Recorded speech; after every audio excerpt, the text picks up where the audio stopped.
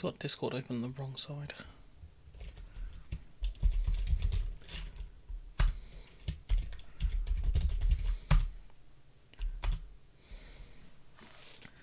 Alright, it's a bit of a late stream. For people, I'll probably go for about. Probably need people to join before I start talking. To be fair.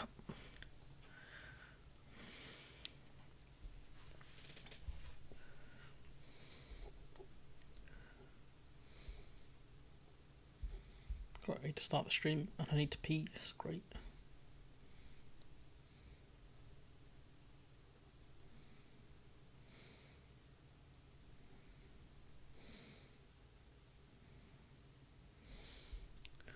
Yeah, hi Simon. Yeah, I actually managed to. I'm just gonna it's gonna be late, but it's fine. I haven't got any plans for tomorrow.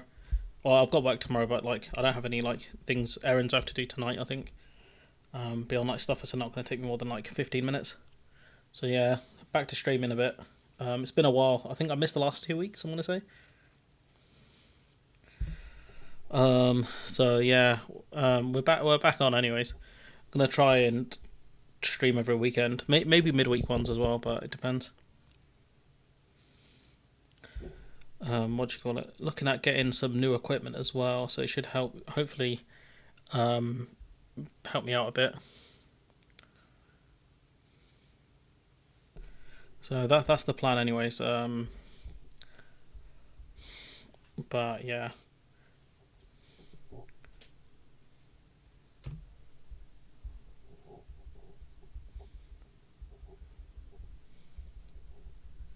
But that's the plan, anyways.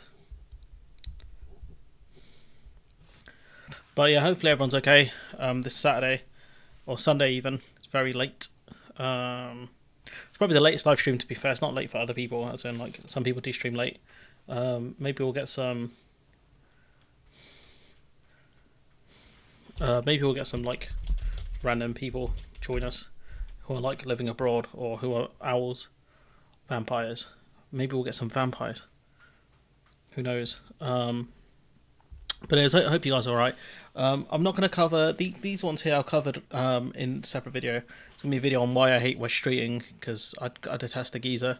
Even Labour columnists are turning on him. So, you know, stuff on John Curtis, the GOAT. And then I wanted to do this one on Jon Stewart, because what Jon Stewart says here is brilliant, and it should hopefully be shared by more people. Honestly, hi all. But yeah, so yeah, let's what we got 8. We'll see if we can hit 10. We can hit 10 in the next like I don't know minute. We'll start. Come on, can we get 10 concurrents? The stream bitrate nonsense. Don't care. Jon Stewart's great. Yeah, honestly, it's really good. Like, he's honestly one of the best at his job. Like, not just in his job, but the best in political commentary. Like, yeah, he's one of my favorite ones. Like, he has been for a long time. I was so upset when he retired, because I feel like I didn't get to see him for long, if that makes sense. But I'm glad he's back. I didn't get much of a chance to see his podcast, to be honest. But I'm glad he's back in the game. There is kind of a thing where you don't get rid of the incumbent. I think that's kind of like an unofficial thing. But they really, I think, so I don't know how strong Biden's like mental capabilities are. Like, he should have stood down, I think, himself. But I think it's tricky. It's tricky to get rid of him, especially because he's the incumbent. He's the guy who at least beat Donald Trump last time out. But 100%, I agree. I agree that they should have got someone else in, or at least should have allowed proper primaries so people can challenge him. That's what I think should have happened.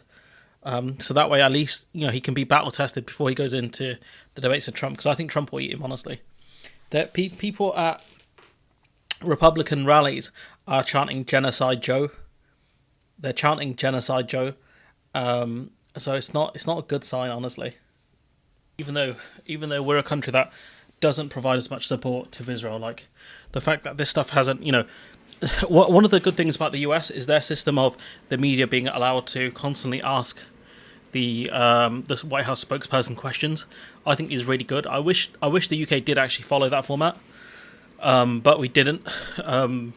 For whatever reason, like it kind of crumbled under Boris Johnson. He made the idea and then got rid of it. But I would honestly love that format. It would be really good because this is where you can see the press secretary just constantly struggle week in and week, day in and day out, really. Yeah. Doc said, because thinking asked for specific examples, Labour's regulation of the city contributed to RBS collapse. So this was part of the banking crisis. So Labour's relaxed regulation of the city contributed to the collapse of RBS, and other former bosses of the bank, including Sir Fred Goodwin, to walk away without being disciplined. So Turner, who said the public had a right to be furious, blah blah blah. I just want to see. If there's any specifics here, because these are the things I'd have to look at. Which was only written after public outcry, when the regulator admitted it had shut its investigations. RBS said ultimately responsibility lies with the bank. I'm just trying to see if there's anything specific here. Not really anything. Yeah, this line at the end is a bit weak from the from Chris Leslie. But yeah, I'd have to. Phil debated no justice. What's it called? Today, actually, on the Sunday roast. But yeah, no, I think it was okay. Recent week with so much horror. To be fair, yeah, I don't blame that on no justice. I blame Bowler Hatman for that, because that guy, he's a prat. He's a prat.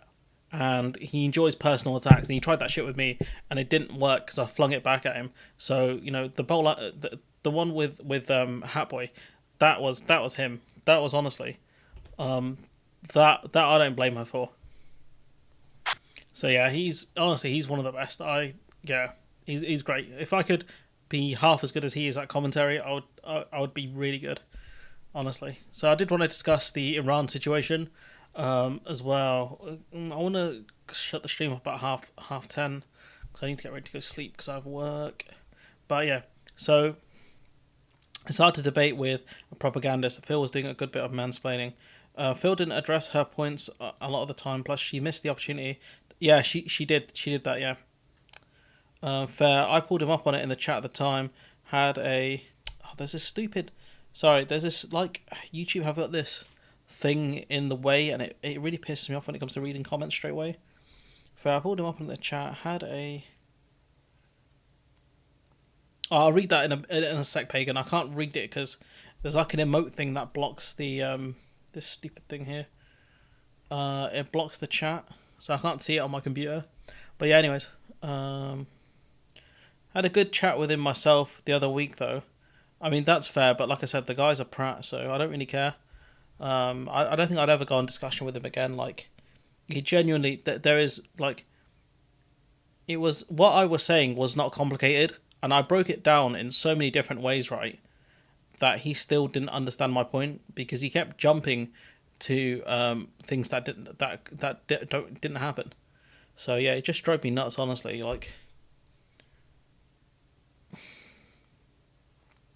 So yeah, trust me, I don't think I could do that again, guys. I don't think I've got that in me anymore. Because yeah, as much as it's fun to say, to do the smoke the pack gif, to play this. My source is that I made it the fuck up. Which I did during the stream, my stream. I can play stuff like this. Stinks, doesn't it? Like when he says, "Oh, Labour are going to do this bad policy," I'm like, well, they've gone on record saying they haven't, and I can play. Stinks, doesn't it? So. Yeah, it very much like 2016. Oh my god, Brexit, so bad vibes.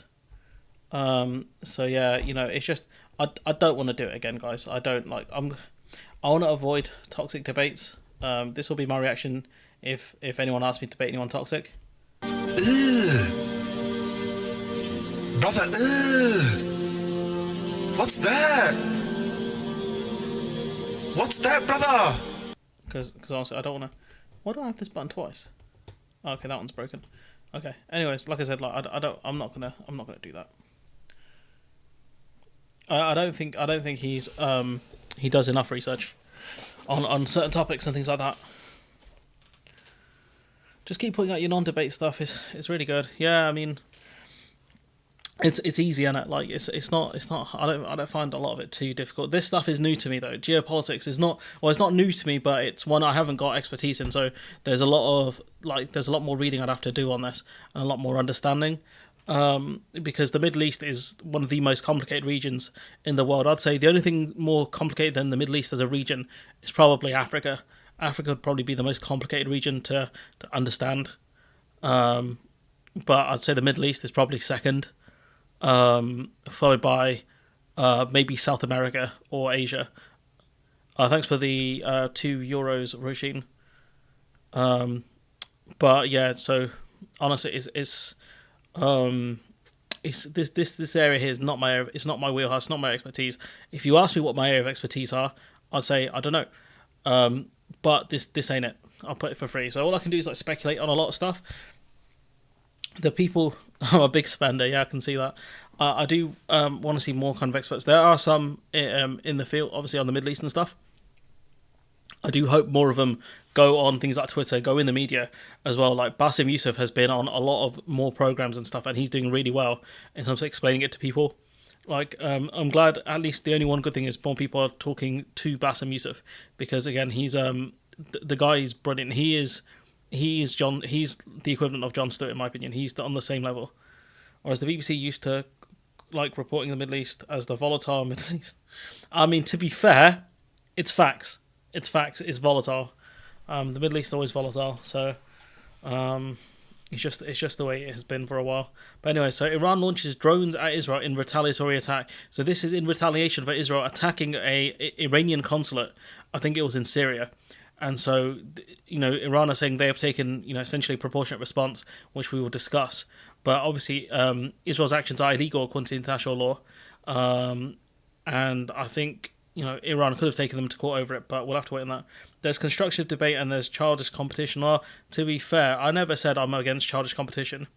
It's ill-gotten gains. What? Who are you talking about? But yeah, anyways. We'll discuss it. So this is the drone. So this is the footage. So you can hear the sirens going off. Hope that's not too loud actually. No, that's fine.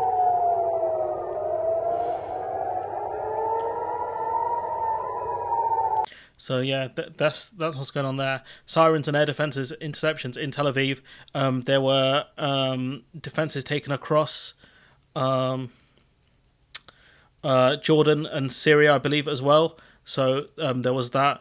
So Al Jazeera's Hamda Salut is reporting many active interceptions of incoming attacks over the skies of Tel Aviv, and Al Jazeera cameras have captured several flashes in the night sky above the city. She also reported air raid sirens are sounding across the country, including in Tel Aviv. And so what I thought was going to happen is, I'm actually very surprised at the reaction Iran have taken in terms of, if you look at this, right, so they launched a load of drones from, okay, let me go to chat. I like debates, but yeah, some can't debate respectfully. I've had some good, polite, respectful debates on Discord.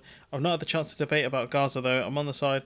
Yeah, I mean, it just depends on who you're talking to and what the subjects are.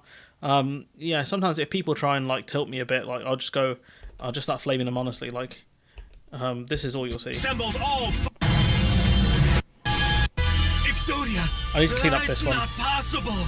No one's ever been able to call. Obliterate!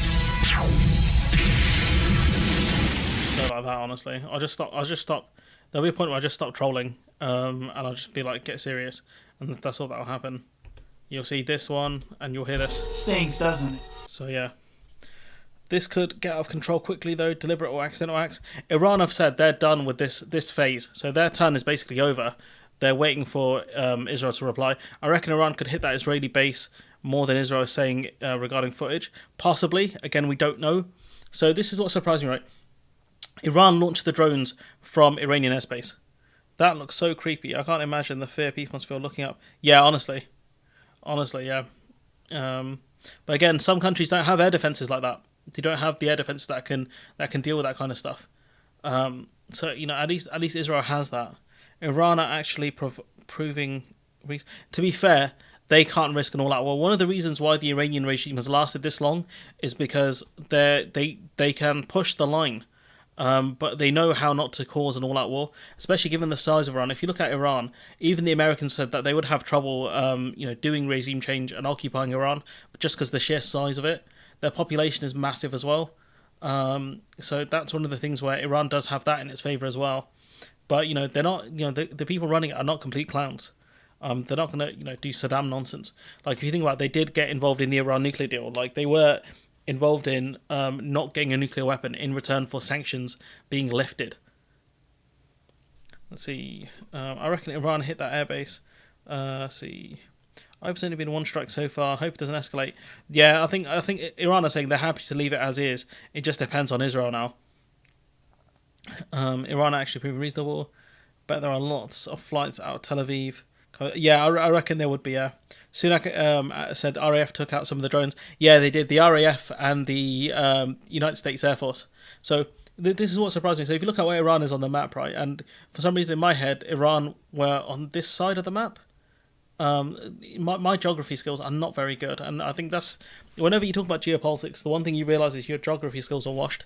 So anyways, they launched drones from here, going over Iraq, going over Jordan, over Syria potentially, and into Israel. So obviously that's a long distance to go. And the question is, why would they do that when they've got proxies and stuff that exist in Iraq, in Syria? They have militias there who could have done it. And I think Iran did this to say, like, you guys keep messing around and this is what you're going to see. You're going to see drones constantly. I think that's why Iran did this. Because obviously they felt like they had to retaliate, and they decided to... Is Iran not the same size as France? That's a great question. I reckon Iran is bigger.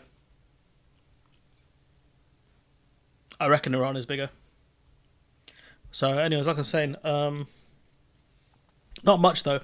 This was the airbase that the planes targeted in the consulate from Iran, and Iran definitely hit it. Israel said it was only small damage, but the footage suggests more. Okay. We'll have to keep an eye out for that. Some of the drones were from Yemen and Jordan. Yeah, I think the Yemen ones, I don't know if they would be able to cross that far, because that's quite a journey, but it's possible, yeah. I think they attacked from all the borders. So they attacked from Syria, from Iraq, from Iran, but also from Yemen. But I don't know how they could get the drone across Saudi airspace as well as Jordan airspace. Was it shot across the bows from Iran? Basically, yeah. I think it was to say like pipe down. You don't want it with us. I think that's what effectively was. It was they felt like they had to retaliate given the fact that their consulate got blown up, and obviously it's illegal to attack diplomatic buildings. So that's what I think it was. There's a long way out. So there was that.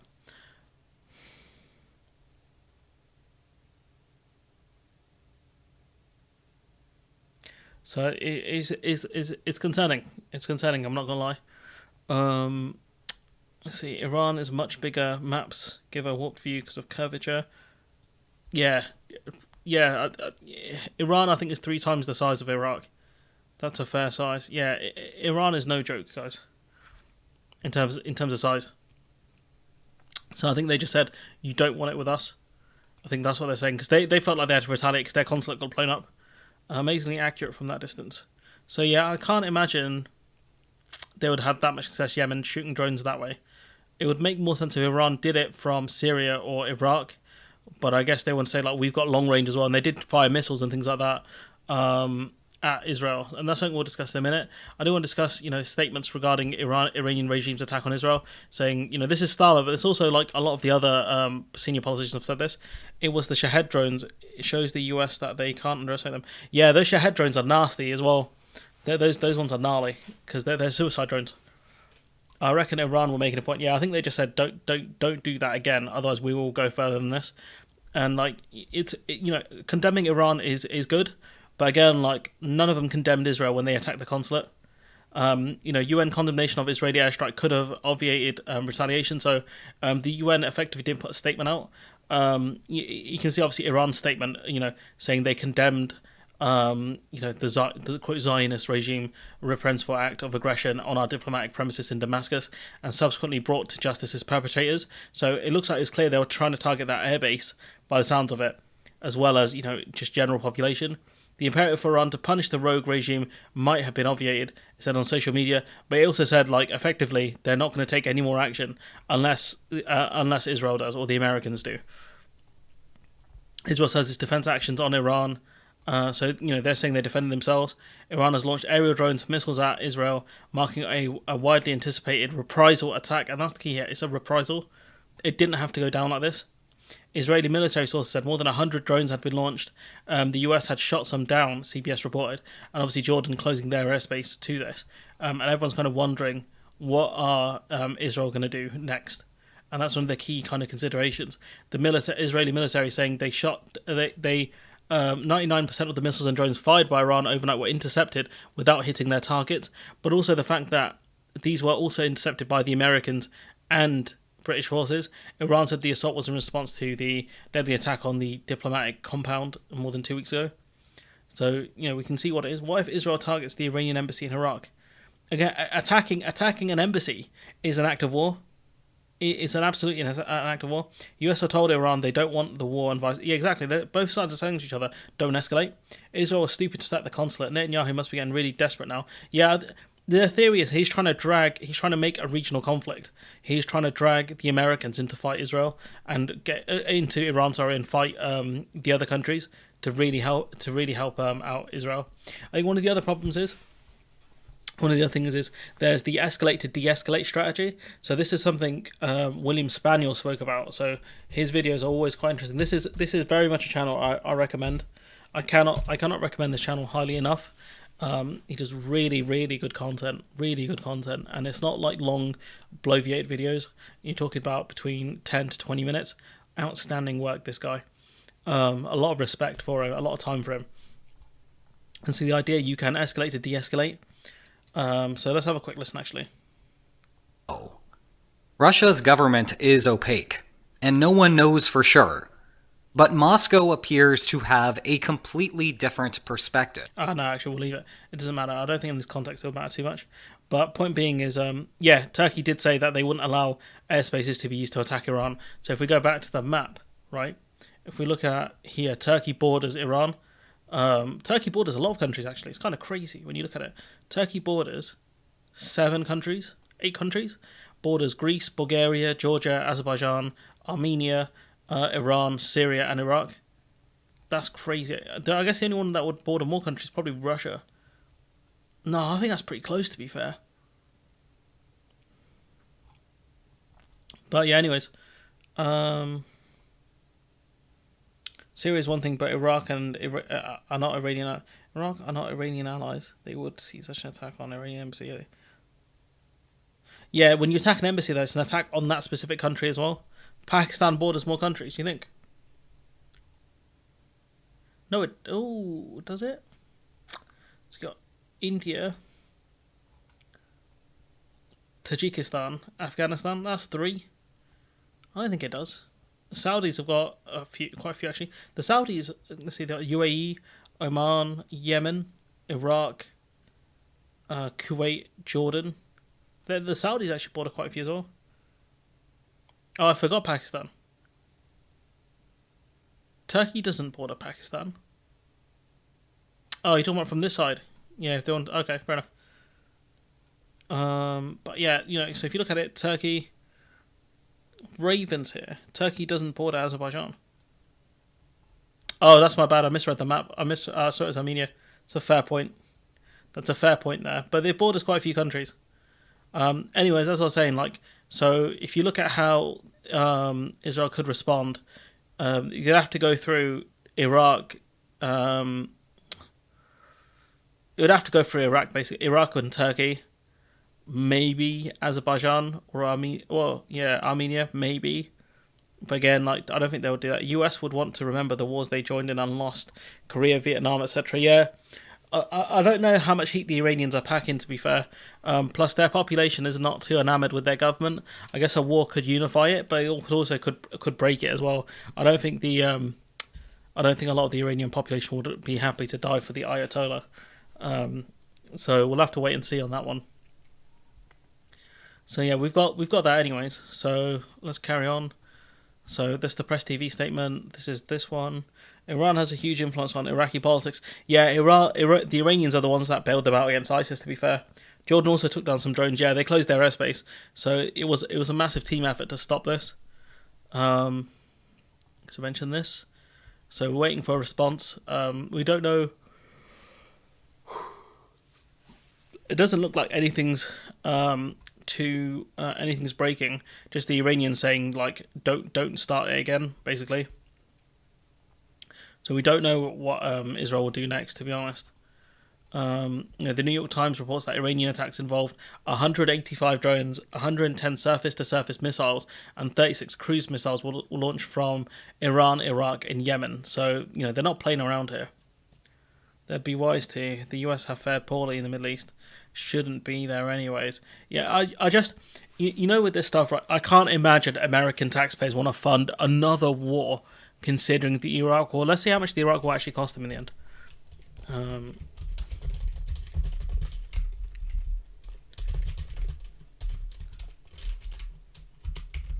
Cost the US. Let's see how much it cost the US taxpayer. The US State's Department on direct spending on Iraq totaled $757.8 billion. Let's see. I think it's higher. I think wasn't it a billion? Not a billion, a trillion even. But we say near a trillion. We'll say it cost them nearly a trillion. If they wanted to do that to Iran, it would cost them a lot more. It would cost them a lot more. And then obviously you got the inflation calculator as well. You'd have to factor that 10 billion that money into. Could they use IBMs, but not with ICBMs? Yeah, they could. I suppose they could. Most Iranians do not support their government, but nothing galvanized people like a threat. That's 100% true, Mark. We saw that during 9/11s. 100% true. So if we look at this, apparently according to Ragip Soylu, who is a Turkish journalist, I wonder who he's citing here actually. I should have rechecked this beforehand. Who was this? It's an Israeli newspaper. Okay, we can take this. I think the cost of aerial interceptions in the skies of Israel last night exceeded $1 billion. So if it cost them that much to do all the interceptions, I don't know how much it cost Iran to carry out this attack. But stuff like this can bankrupt a nation. And this is one of the considerations where Israel don't have the best looking economy. I mean, this guy here, Ken Fitzpatrick, so dumb, pretty cheap cost to make Iran look very ineffective. If you're spending that money every few days, that's going to be a complete nightmare. But I can see Iran basically, or Israel trying to blow up, the drone facilities and stuff like that. I can imagine that would happen. The US don't want Israel to escalate the situation, but can the US control Netanyahu? I think all they have to say to him is, if you attack Iran again, we're not going to help you. I think that's what they effectively got to say to him. It's, if you get yourself into this mess, we are not going to get you out of it. I've heard a lot of Iranians asking for the Iranian regime change. Yeah, they don't like the Ayatollah. You had a big controversy during the World Cup where the players came out and said they support the female protesters in Iran against the headscarves and stuff.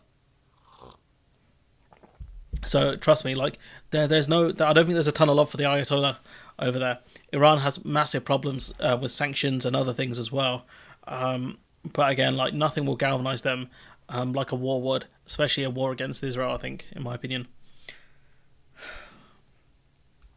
Expat Iranians. We shouldn't use the term expat anyways. Axios reports that Biden and his advisors are highly concerned, and Israeli response to Iran's attack would lead to a regional war with catastrophic consequences. I think he's right to be concerned. But again, he's got to say to Netanyahu, you do this, and we're not going to bail you out. I think that's what we need to see here. That's what I'd want to see.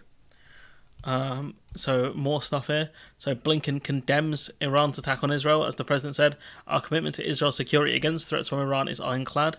But you have the US, the UK, France blocking UN condemnation of attack on Iran's embassy in Syria. So, again, you can't build a system on international rules and norms and then not follow the rules and norms. The Iranian Revolutionary Guards chief said, overnight attacks are part of a new equation where if Israel attacks our interests, assets, personalities and citizens anywhere at any point, we will retaliate. So essentially saying, you don't want, we're going to smoke you. If you keep doing this, we're going to go for it.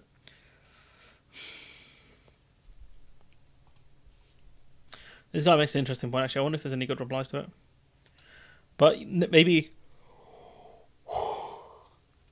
Maybe next time they won't telegraph it as much. Who knows? I missed most of the news since early morning. Last night, Netanyahu was thought to have likely left on their equivalent of AF1. I don't know if that's true. Go on. Saudi Arabia calls on all sides to spare the region the dangers of war. Saudi Arabia, the country that was at war with Houthis in Yemen for I think around a decade. Saudi Arabia are the ones calling for restraint. Okay, can you guys believe that? Honestly, it's wild. I've never in my history of the game. And he goes, Mehdi Hassan pointing out, remember when the UK government and Prime Minister Sunak also condemns Israel's reckless attack on the Iranian consulate in the consulate in Syria in the strongest terms? Oh wait, didn't. It's so ridiculous. The next 30 years are going to be really interesting. I mean, to be fair, global politics is always interesting. There's always something going on. Here you have Asal Arad saying, as you watch Western media cover Iran's retaliatory attacks as a major escalation and the fear of a larger war, remember this is how they covered Israel's embassy attack that prompted retaliation. You got the New York Times saying, Israel bombed an Iranian embassy complex. Is that allowed? Israel can likely argue its actions did not violate international laws, protections for diplomatic missions, experts say. And you've got here The Economist, I'm going to say that is. With this latest assassination, Israel is testing Iran. It's a dangerous game in a region already at war. So, again, like it's a bit like, yeah, saying that, oh, they're really upping the ante or whatever. Like, no, like they should be condemned. Like, journalists should not be pushing this kind of stuff. This was probably my favourite meme of this. Germany joining forces with the United States, Great Britain and France and Poland during World War III. Look at us. Hey, look at us. Look at us. Huh? Who would have thought? Not me. If only I could do a German accent good enough.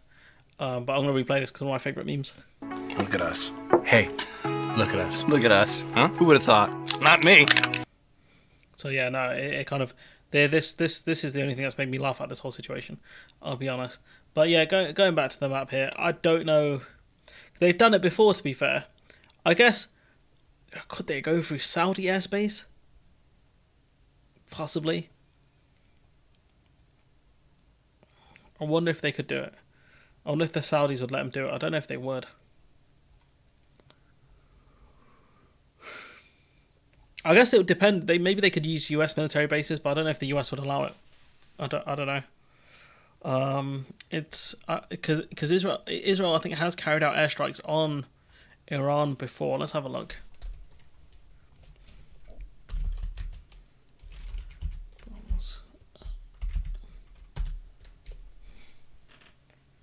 Maybe it hasn't actually. Iran says. I'm not sure actually. Maybe that's not true. Maybe. My source is that I made it the fuck up. So I think it all depends, again, like, as annoying as it sounds, it all depends on Joe Biden. It all depends. If Biden says, we're not going to back you, I don't think the Israelis will do it. Because it'd be crazy. Like, the Iranian population is so much higher than the Israeli one. It's about 10 times higher, last I checked. It just wouldn't make sense. Unless their thinking is they take out a lot of civilian infrastructure and the people of Iran just have enough and just rebel against the Ayatollah. Like, it just causes the whole country to collapse. But I can't imagine that happening, honestly. I don't see that happening. I don't see an end game here. That's the problem. I don't see it. I'd be interested to know what you guys think in the comments, but I don't see the end game of how they can get this out. Yeah, Israel population 90, yeah. There would be no overt attack. I'm just wondering what they're going to do next. Because, their military is stretched. Their military is very much stretched. They are worried about an incursion from Lebanon. In terms of from Hezbollah. I think they are still worried about that. Facilities, yeah. I think you're going to see a lot of... what's the word? Is it espionage? Is that the word? I can't remember. There was a word for it, a specific word for it. It wasn't espionage, it's not the word. But yeah, you're going to see a lot of explosions, I think, in Iran. Weapons facilities and, the drones facilities are going to be taken out. I think covert operations, yeah. I think we're going to see a lot of covert operations. Got big Venom Snake vibes. for that kind of thing. So it'll be interesting to see how this plays out, honestly. But I thought, genuinely, I thought they would focus most of their attacks up here in the occupied areas, the Golan Heights and stuff. That would make the most sense. But they didn't. They just attacked, kind of, I think, most of Israel, because they were saying that they were like hearing about drone strikes down here in Jerusalem, and that's a fair distance away from Golan Heights. How big are the demonstrations in Israel? They're getting pretty big. But I don't think that's enough to get rid of Netanyahu, honestly. And then you got the further point of who replaces him. That's another problem. Who replaces Netanyahu? Are they going to be worse? Because there are always worse people out there, always. And that's one of my fears. You just don't know.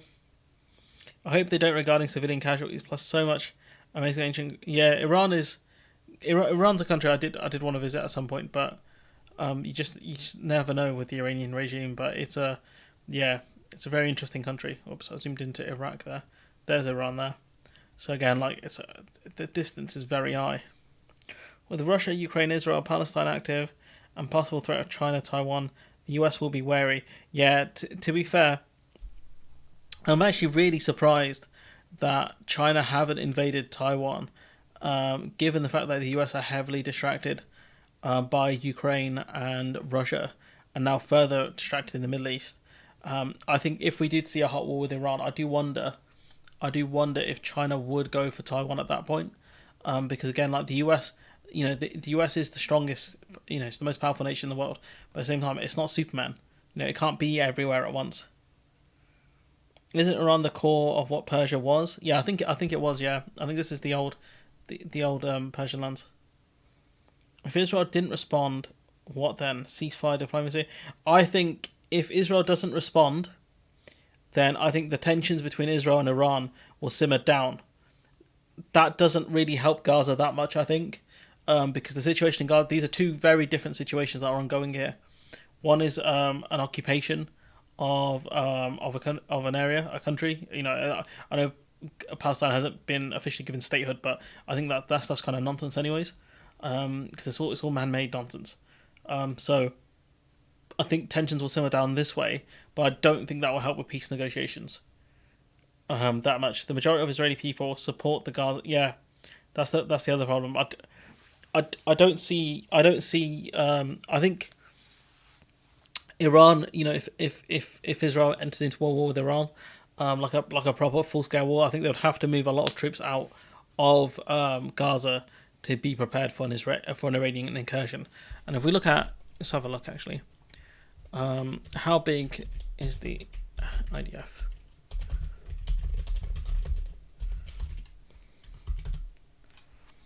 So active personnel is 169,500. Reserve personnel about 500,000, right?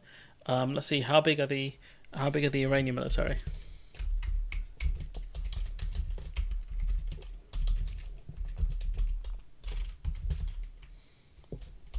Now, obviously, the Israelis will be much better armed.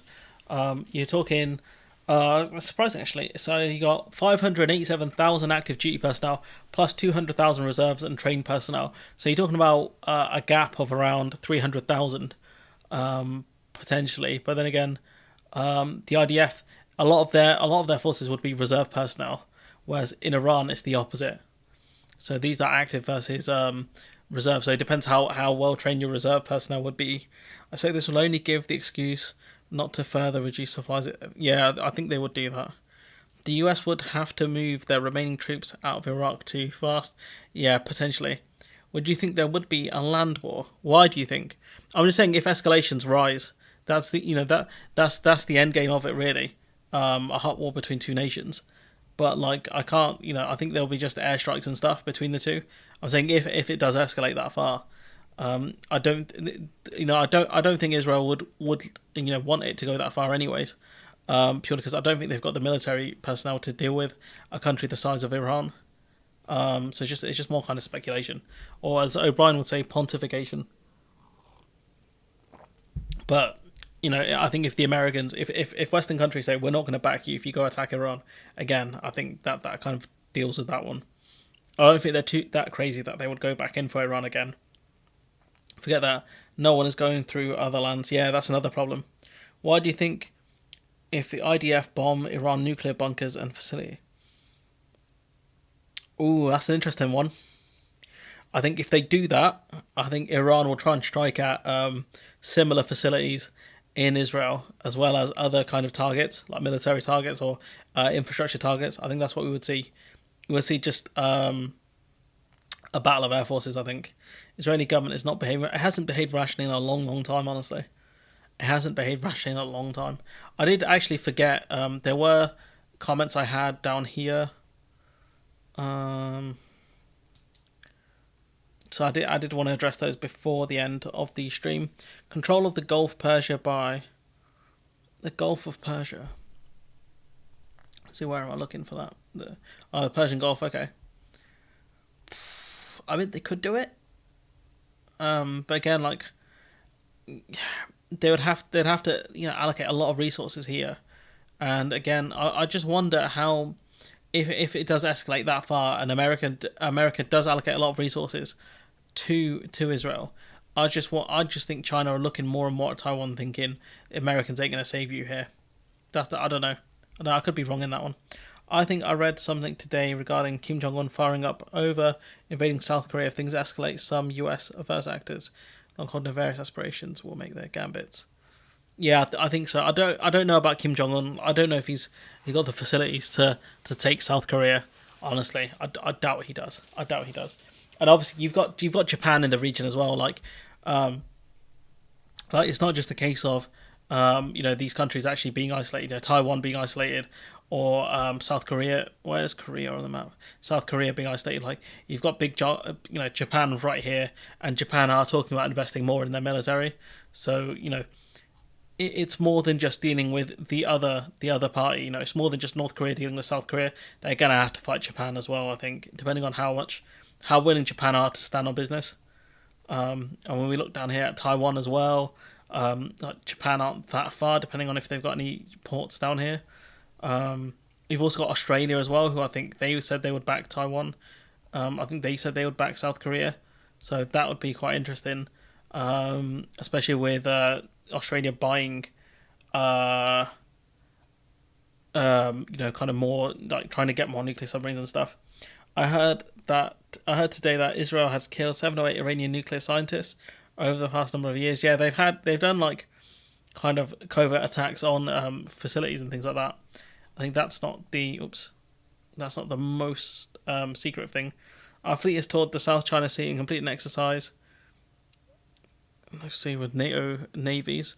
That again, like, if it's all about allocation of resources. I don't think they could deal with if Israel did start something major with Iran, and then China invaded Taiwan. I can't imagine like NATO being able to be everywhere at once. It just wouldn't make sense. I think that would break NATO in a sense. Okay, let's do some of these questions before I forget, because I'm a right donut. If I ask for questions, I don't actually answer them.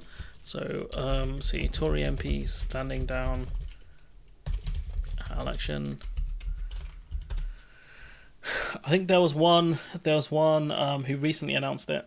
Let's see, there's the Commons register. Have they just got a list? Just give me a list. I don't need to download anything. Let's see what we got. Okay, here we go. Let's have a look at this list. Here, James Heapy, don't know who that is. Brandon Lewis, Mr. Limited and Specific Way, I think that was him.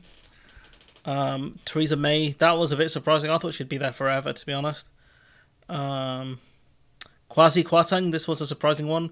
But given, I think he wants to make his money in the city now, and he'll get a nice cushy job, given that he made them loads of money for the bond collapse. Bob Neal, they didn't even bother putting a picture up for Bob Neal. I don't know who that is. Mike Freer, don't know who that is. Oliver Heald,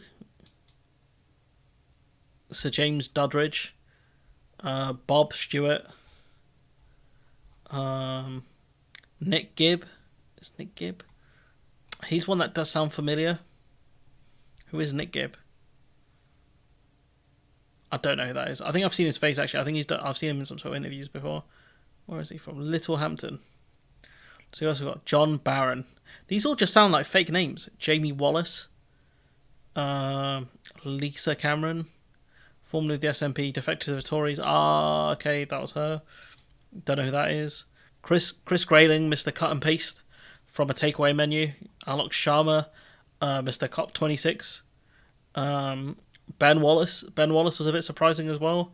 Mr. Alleged Stolen Valor. That was a funny one. If Roshin's still in the chat, that was a great discussion on that one when I asked about him. Dominic Raab, I'm glad he's gone. Prick. Sajid Javid, the Saj, as he likes to call himself, is another one I'm glad he's going. He's got a second job, I think, doing something else. Anyways. Iran could shut down the oil tanker routes. It can try. I think Govi's standing down. Yeah, we'll see if we can find his name. Matt Hancock, I mean, he's cooked anyways.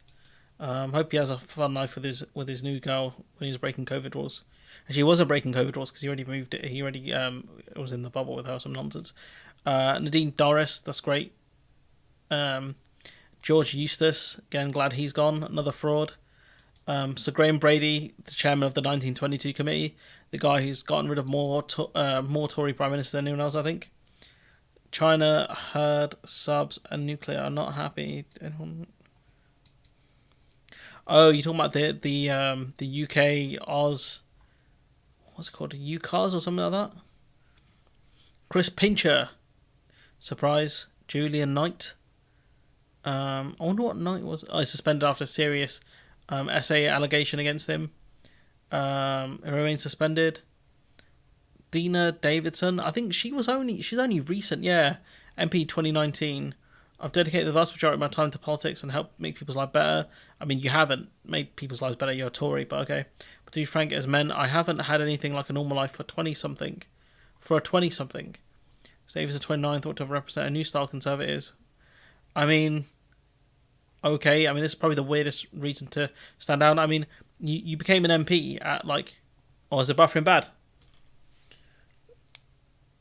I'll have to the setting issue I've got. But yeah, I mean, this is weird. Like, why would you run to be an MP and then be like, I haven't had the ordinary life of someone in their 20s? It's like, yeah, because most people in their 20s aren't an MP. William Bragg, well, we know about him. Mr. Honeytrapped. Yeah, it's a settings problem, I think. I need to change the bitrate. What's the widget? Yeah. I need to find out how to do that kind of stuff, to be fair. Alan Duncan exposed Gove last week. For what? Chris Skidmore. Oh, yeah, I remember him. He's the energy guy. Gary Streeter. Don't know who that is. Chloe Smith. Don't know who that is. Douglas Ross.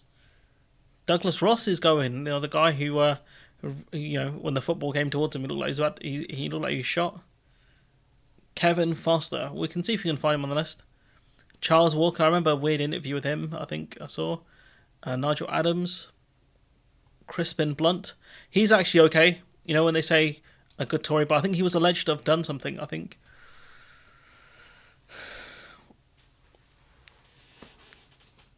Oh, that was it. Yeah, here it is. He's also the uncle of actress Emily Blunt. Oh, interesting. Is Emily Blunt, is she the one married to Jim from The In-Betweeners? I think she is. Anyways, yeah, he was going to take the Tories to court over something, and then it didn't work out. Anyone got Nad's book? What? Oh, she wrote a book. No one bought it. So Mike Penning. There's no way some of these are real names. Adam Afri. It was the right time to run a post. Andrew Percy, Matt Paulsley, Edward Timson. Whose mans are these? Joe Gideon, Sir Paul. I've never seen these people in my life. I wouldn't phrase it like that, Akis, but yeah, she was caught campaigning with reform. Stuart Anderson, Nicole Richards. I don't know, guys. Whose mans are these? I can't see any big names. I reckon all the big names are at the top. Oh, that's great. Look, that is an image worth saving. That is. Ian Blackford's going. Okay, interesting.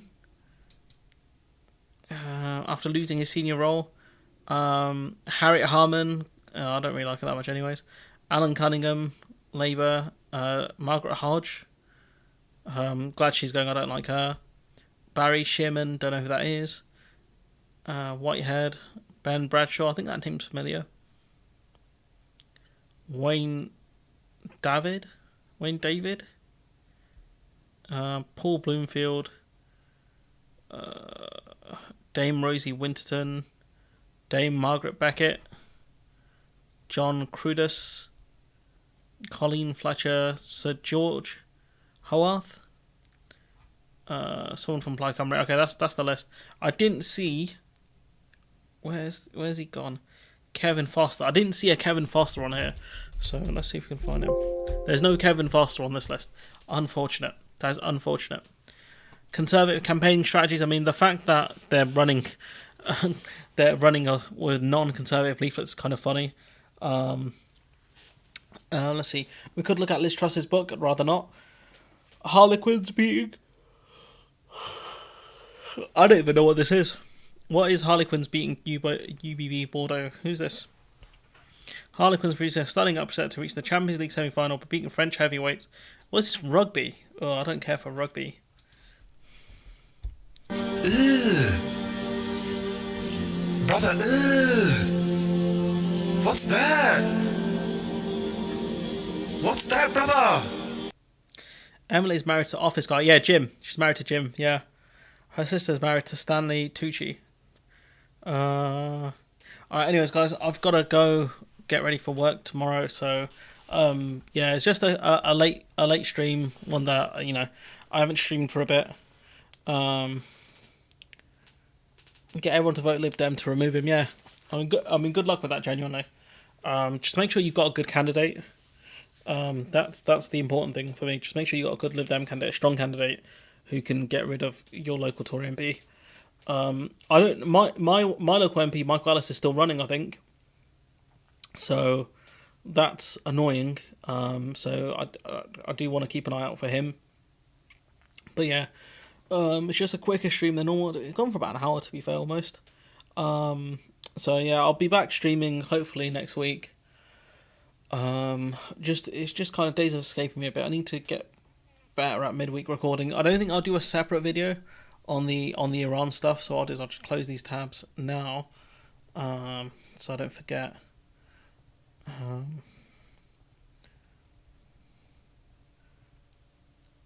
So yeah, I'm glad Jon Stewart's back in the game as well. How do you know I'm not Grant Schnapp's the plot? I mean, you could be.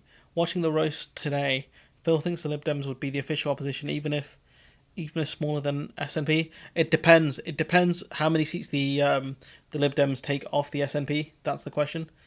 So we have to. It's not the dumbest point in the world. It depends. It depends. That's the point. But again, and one of the things I wish he kind of addressed was what if at the same time he's kind of painting this great picture that could happen. It's very clear. I think the far right reform will continue to eat at the Tory votes. And we could see a party where they're going to get media attention, which they're already getting, and they could push that Overton window further to the right on certain issues. And that's kind of my fear. We already saw that during the mid-2010s. It could happen again pretty easily. With this new kind of UKIP party, which I think will be a lot more. Well, in theory, they should be a lot more careful about vetting, but for whatever reason, they either don't have the money to put up for this stuff, or they don't have the wherewithal to understand how important vetting is. But as always, your boy's going to be smoking the pack. Whoops, is the GIF up? But yeah, not much more to say. I'll do a midweek review for you guys, and as long as I'm feeling okay, probably be Tuesday or Thursday. So I'm going to try and go gym on Wednesday. Tuesday or Thursday, I'll try and do a little review for you guys. I'll probably just stream it, to be honest. Just stream the debate. But I'm glad it happened. I don't know how well it's doing, views wise. It's been a crazy weekend. I'll tell you that for free, guys. Busy. Drake dropped his reply. It's got 6K views actually. He's done really well. So yeah, probably because Phil brings in a lot of views. To be fair, and Jason Slouch as well. They both got decent followings. So yeah, it's on 6K already. Let's check out some of the comments. Let's see are there any new comments. There's a lot of comments, to be fair.